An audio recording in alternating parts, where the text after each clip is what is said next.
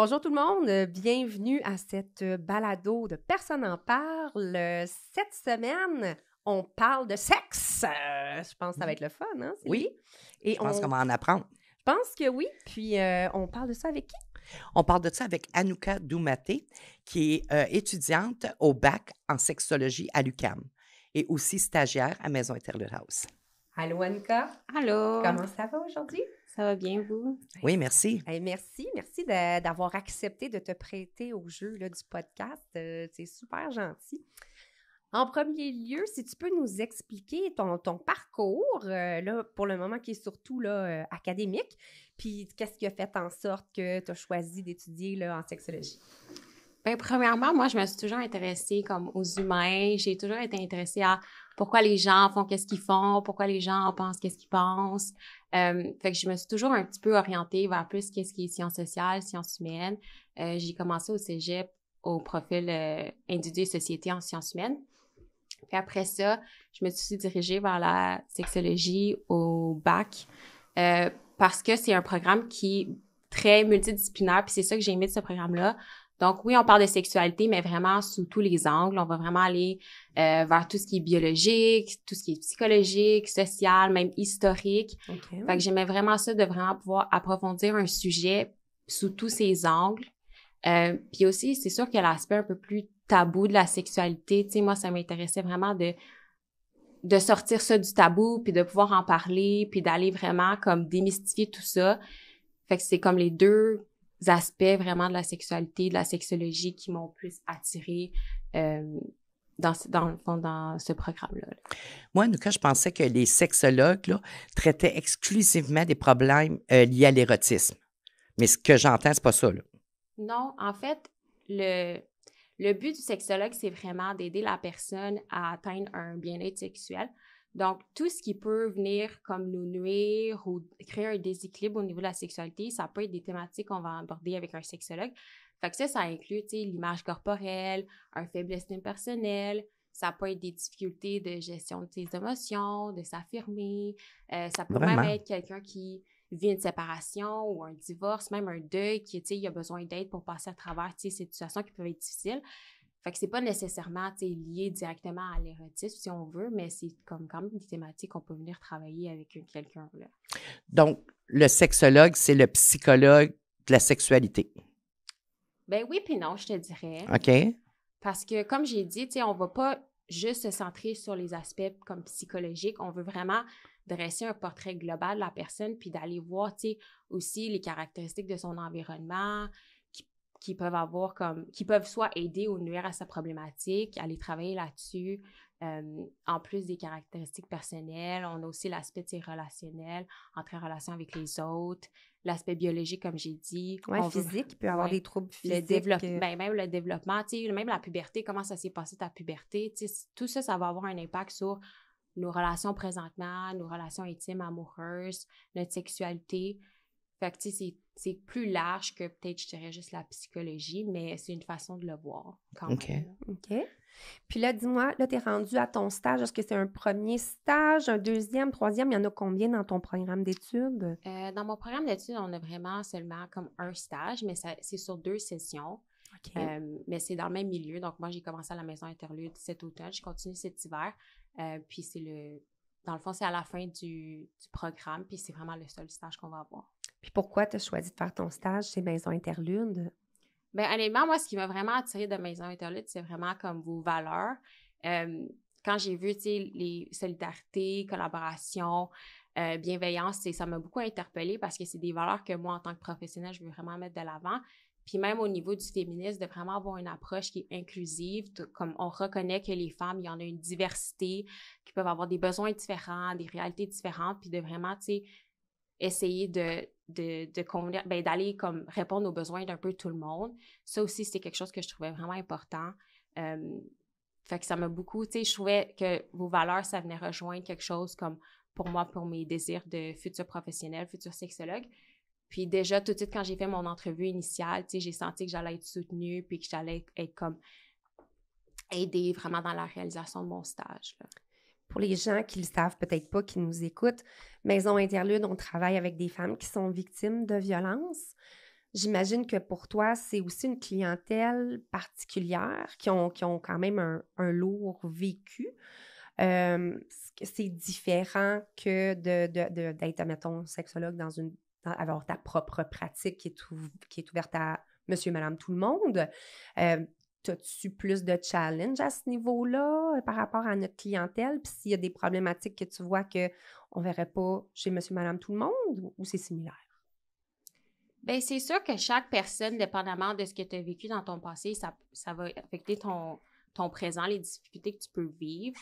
Mais c'est sûr que même si tu as une pratique privée, tu peux avoir des femmes qui ont vécu de la violence qui vont venir te voir. Mhm. Donc, ça va dépendre comme avec quelle clientèle tu décides de te spécialiser, dans quel milieu tu travailles.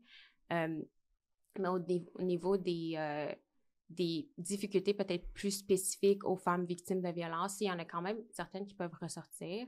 Par exemple, tu sais, les gens qui ont peut-être vécu de la victimisation sexuelle, ça peut mener à ce que la personne vraiment ait une vision très négative de la sexualité parce que justement, tu sais, ça a été utilisé pour comme un outil un peu de domination, de contrôle, tu sais, ça peut laisser la personne avec des sentiments de honte, de culpabilité. Fait que là, il y a vraiment comme un travail à faire de vraiment d'aller comme... Parce que là, sûrement que la personne a mis beaucoup les côtés plus positifs de la sexualité de côté. Fait que là, on veut vraiment réintroduire que ça peut être positif, on peut avoir du plaisir. Puis c'est vraiment important d'aller comme recadrer ces messages-là parce que, tu sais, souvent les gens vont avoir tendance à retourner dans ce qu'ils connaissent. Mhm. C'est confortable. La zone de confort. C'est ça. Fait que là, on veut vraiment, tu sais, peut-être avoir une nouvelle perspective de la sexualité pour, dans nos prochaines relations, partir sur des bases un peu plus saines. Donc, Anouka, juste pour bien comprendre, d'accord? Donc, disons que moi, je suis une femme victime de violence. J'ai laissé ma relation abusive. C'est certain là, qu'il y avait de l'abus de pouvoir, du contrôle et tout ça. Je m'en vais à la maison d'hébergement où j'ai accès au service de maison interlude. Pourquoi est-ce que j'irais voir un sexologue ou une sexologue? Ben, Qu'est-ce que tu pourrais faire pour moi? Donc, si tu me rencontres, qu'est-ce que tu m'offrirais?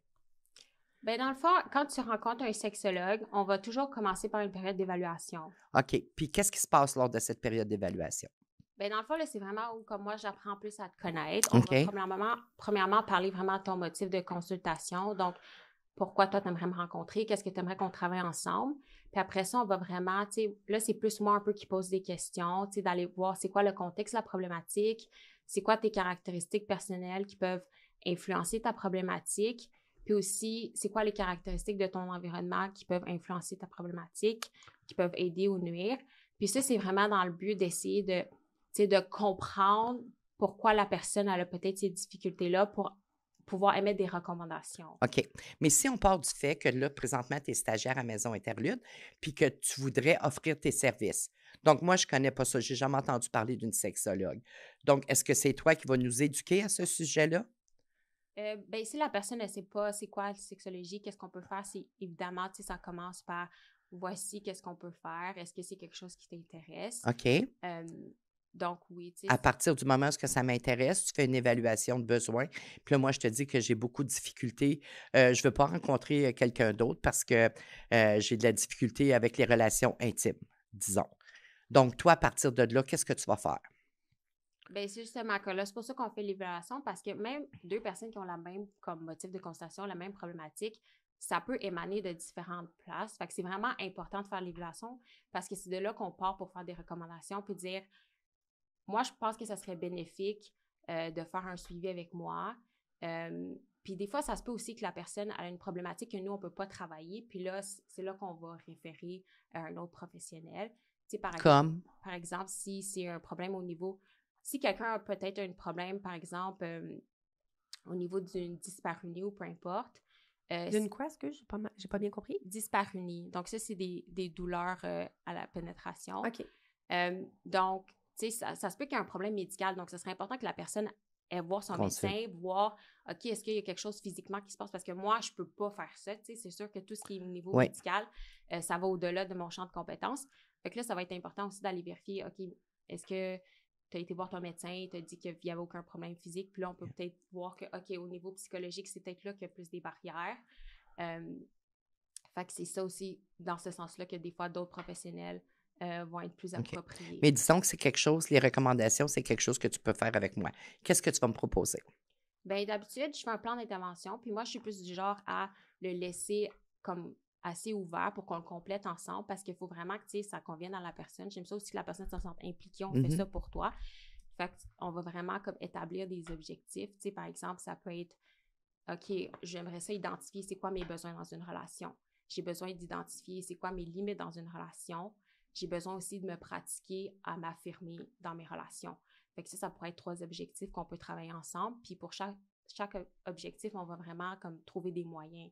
Ça peut être d'en parler ensemble. Ça peut être de faire comme une charte de mes besoins, de mes droits, de mes limites.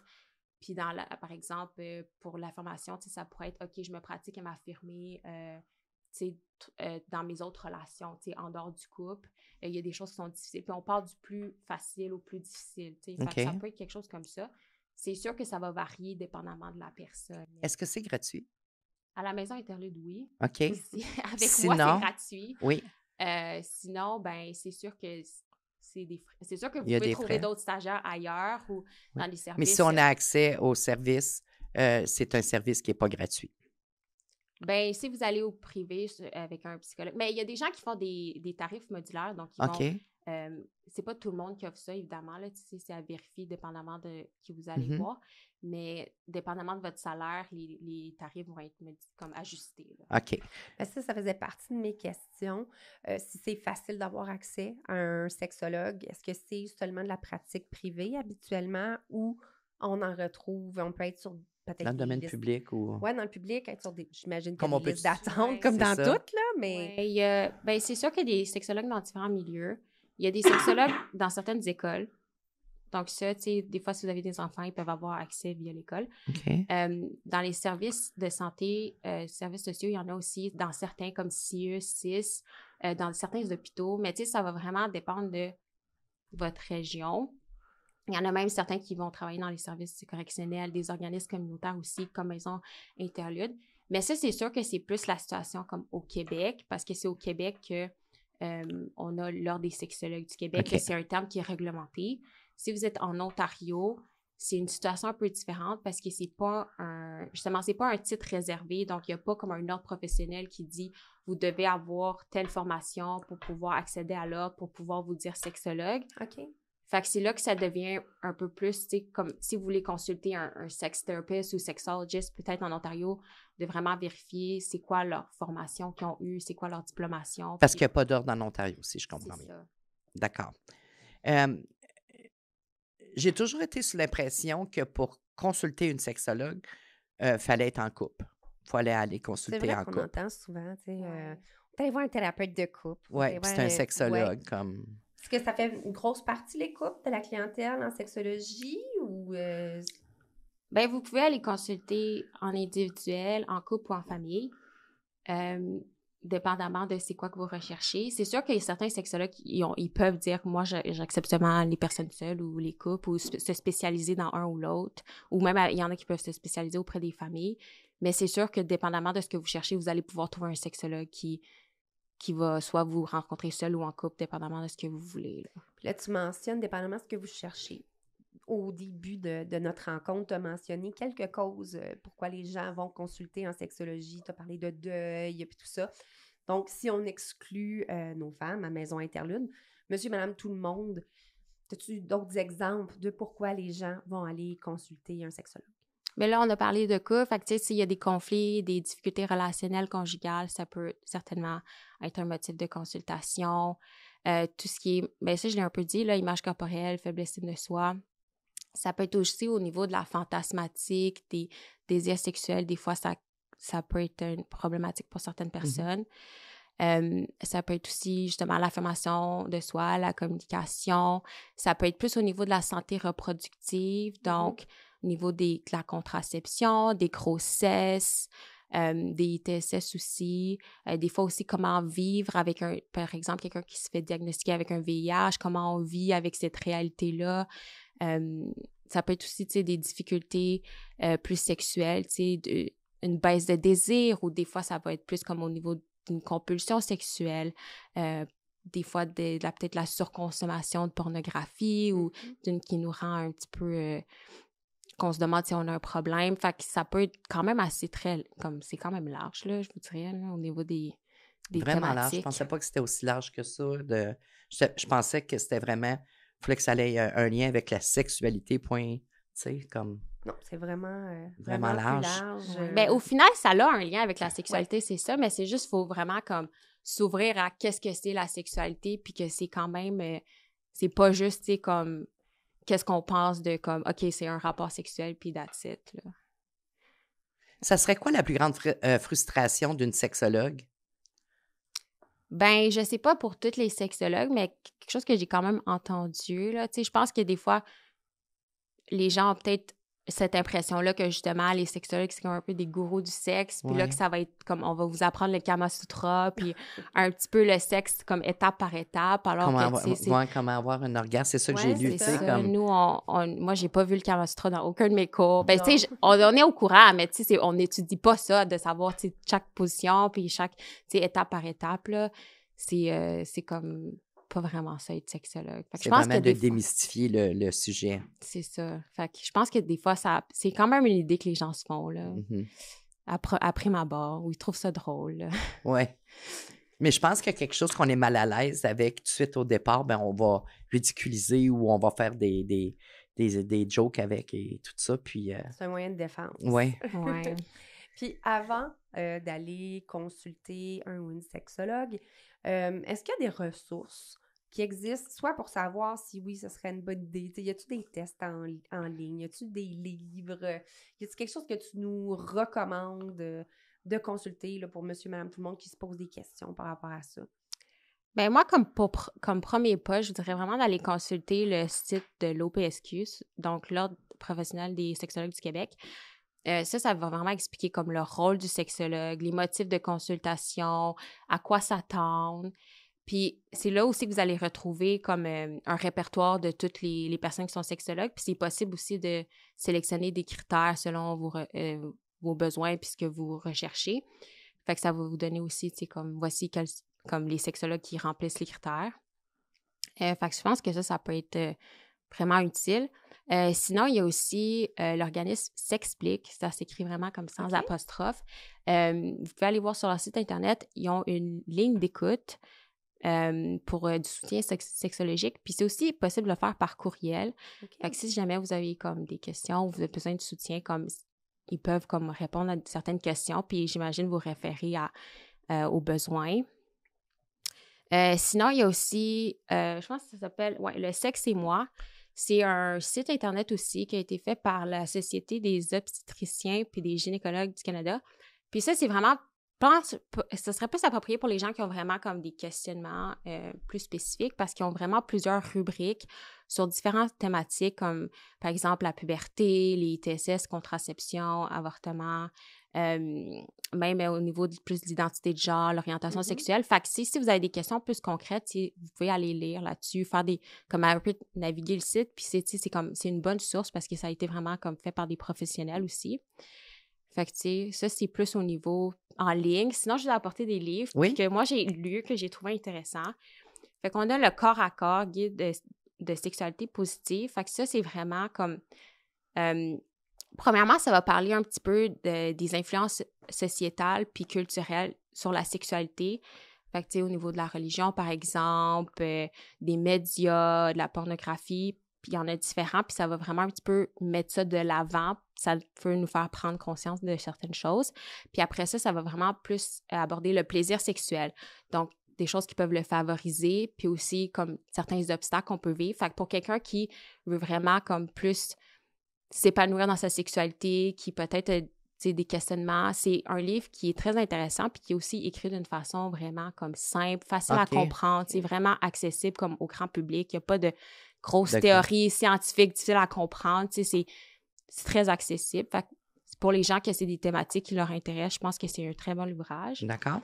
Sinon, on a A Guide to Gender, qui est ça, c'est peut-être pas plus pour les personnes qui s'intéressent comme à la justice sociale, qui veulent plus comprendre les systèmes d'oppression, les stéréotypes, le privilège, qu'est-ce que ça veut dire exactement.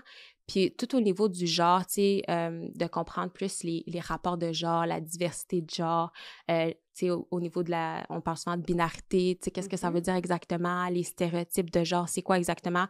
Fait que ça va vraiment, tu sais, comme aussi très simple, très accessible.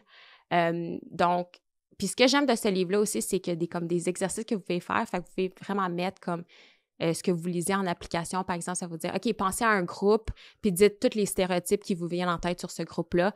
Fait que, tu sais, on peut vraiment, tu sais, le mettre plus en pratique, puis ça permet de voir comment nous, ça nous impacte dans notre vie personnelle.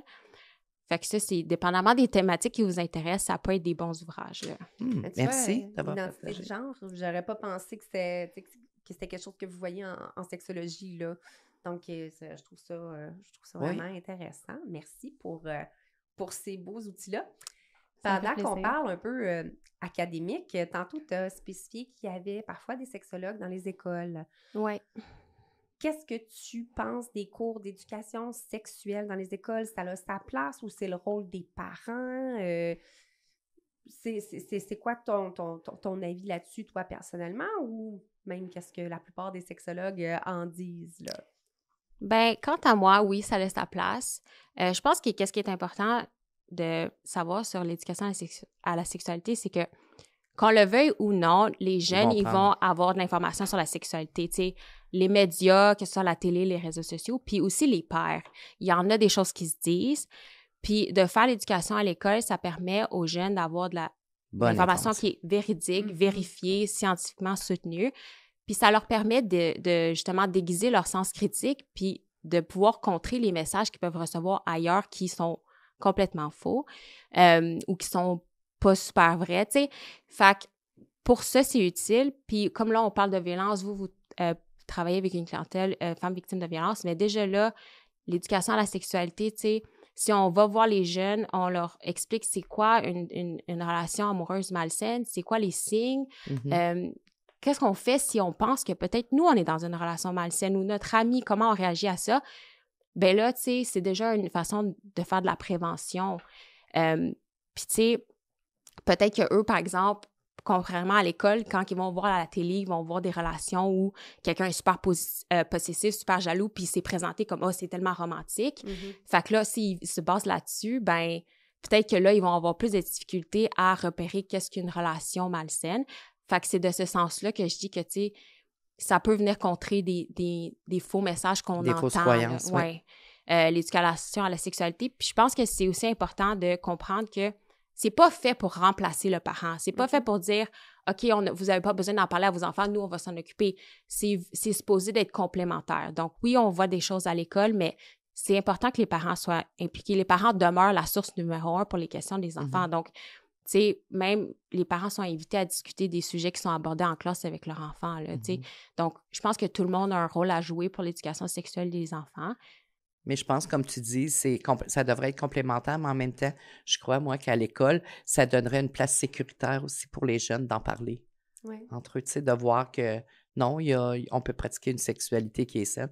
Ce qui arrive, c'est que, tu sais, au niveau du tabou, c'est que les parents pensent que si on parle d'éducation sexuelle dans les écoles, c'est qu'on va inciter nos jeunes à avoir des relations sexuelles, mais ça n'a rien à voir. Puis, comme Anouk a dit, je pense qu'ils vont aller chercher l'information. Maintenant, avec l'Internet, tout est accessible, donc puis il y a des études ça va faire la part des choses. Oui, il y a des études qui ont été menées, puis contrairement à ce qu'on pourrait penser que ça va précipiter les jeunes dans une sexualité, au contraire, ça retarde les premières relations, ça réduit certains comportements, puis ça augmente l'utilisation des préservatifs. Fait que c'est plus donc, le contraire. Donc, il y a des études qui ont été faites sur ça. Oui, il y a plusieurs études qui ont montré donc, ça. Donc, c'est intéressant de... Oui. Pendant qu'on parle des jeunes, pour les parents qui nous écoutent, as-tu des trucs? T'sais, vers quel âge on commence à parler de sexualité avec nos enfants ou comment on aborde ça? Tu sais, quand ils sont jeunes, c'est facile, là, la question « Comment on fait le bébé? » Elle arrive assez vite, puis quand elle est posée, c'est là qu'on l'adresse. Mais puis quand on est rendu à l'adolescence, où là, vraiment, on sait que ça va être sa propre sexualité qui va débuter parfois très prochainement. As-tu des trucs, des conseils pour les parents qui nous écoutent? Bien, je vous dirais que, premièrement, c'est important de voir que l'éducation à la sexualité, ça commence pas à un certain âge. c'est comme quelque chose qui se fait tout au long de notre vie. C'est sûr que votre enfant, tu sais, la façon qu'il apprend, par exemple, à s'affirmer avec ses amis à la garderie, tu sais, ou à l'école primaire, de dire comment, tu sais, comme quand on dit non, on regarde dans les yeux, on parle assez fort, tu sais, puis de pas se sentir mal, tu sais. Puis, tu sais, tout ça, c'est la même façon que cet enfant-là va apprendre à s'affirmer dans sa première relation. Fait que c'est pour ça que c'est pas, il n'y a pas vraiment de début puis de fin. Puis c'est sûr qu'au niveau, tu sais, des questions, on les prend quand ça vient. Mm-hmm. Pour les adolescents, moi, je vous dirais, c'est vraiment d'aller au rythme de votre enfant, premièrement, tu sais, d'aller au niveau, par rapport à son âge, tu sais. On veut pas nécessairement donner trop d'informations ou pas assez. C'est toujours possible de demander, tu sais, quand vous répondez, de demander après, comme, est-ce que ça l'a vraiment répondu à ta question? Parce que là, tu sais, si on n'a pas vraiment répondu, parce que peut-être que ça nous gênait ou peu importe, là, après ça, c'est à ce moment-là que l'enfant va peut-être aller, tu sais, chercher sur Internet, puis là, on ne sait plus trop qu'est-ce qu'il va trouver. Puis si jamais un jeune aussi vous pose une question, puis vous ne connaissez pas la réponse, c'est important d'être honnête, puis de dire, tu sais, c'est une bonne question que tu me poses, je ne connais pas la réponse. On peut soit... Si c'est ado, tu sais, vous pouvez faire des recherches ensemble. Si c'est enfant, tu sais, peut-être de votre côté, puis revenir. Puis d'autres... Excuse. Donc, si je comprends bien, quand notre enfant est assez curieux pour nous poser la question ou quoi que ce soit, bien, on y va, puis on donne l'information, comme on le bourre pas d'informations, mais on répond à ses questions, puis selon ce qu'il est capable de prendre. Oui, exactement. On attend que ça vienne de lui ou d'elle. On attend bien, c'est sûr que si vous observez certains comportements chez votre enfant, tu sais, mais ça dépend aussi à quel point. Des comportements. C'est ça. Ouais. Ou si vous voyez, OK, là, il y a sa première relation, tu sais, vous pouvez aussi voir comment vous adapter. Parce que c'est sûr que, tu sais, si l'enfant, il est même pas comme intéressé à avoir sa première blonde, il est comme complètement ailleurs, tu sais, vous n'avez pas besoin de déjà parler de sa première relation sexuelle, tu sais. Mais si vous voyez que, OK, il commence à avoir une blonde, tu sais, il se fréquente depuis longtemps, tu sais, c'est ça. Peut-être que là, ça va être plus de... Vous pouvez peut-être plus penser que ça serait un bon moment d'aborder ce sujet-là. Mais c'est pour ça que je dis d'aller au rythme, parce que, tu sais, même la première relation, votre enfant peut l'avoir, sa première relation 12 ans. Il y en a que ça va attendre sa première relation à 19 ans. Fait que, tu sais... Moi, à 13 ans, j'ai un souvenir très marquant. 13 ans, d'avoir eu mon cours de comment est-ce qu'on met ça, un condom par mes parents, sur une banane, là, tu sais. Ouais. J'ai eu mon premier chum, je pense que j'avais 18 ans. Mais écoute, j'étais prête. Il n'y avait T'avais pas de l'information. mais sauf que je m'en souviens encore très bien parce que peut-être que c'était un petit peu vite sa gâchette par rapport à moi, mon évolution. Ton rythme, là, ouais. parce que j'étais loin finalement d'avoir mon premier chum. Mais ça devait être un mardi soir, puis là, c'est ce soir qu'on adresse de comment on se protège. Mais bon, j'en ai... Tu as eu l'information. J'ai eu l'information, peut-être un peu tôt, mais... Moi, tu l'as eu, tu sais, c'est pas tout le monde.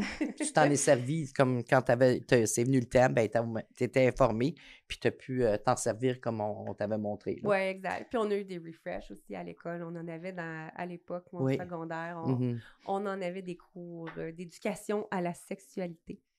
Chère fouineuse, est-ce que tu as d'autres questions pour notre invité? Non, moi, j'ai pas d'autres questions, mais je suis vraiment contente parce que ça a répondu à beaucoup de questions. Puis je suis certaine que pas seulement que moi qui se posait, mais d'autres mondes qui pensent à des questions puis qu'on n'ose pas parce qu'on ne connaît pas la personne puis on a peur que les questions soient niaiseuses.